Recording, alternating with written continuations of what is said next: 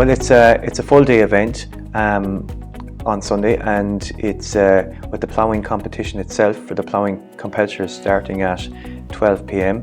There will also be a hunt. The hunt are going to do an exhibition, and they're going to have a number of horses there with doing jumps and entertaining the crowd.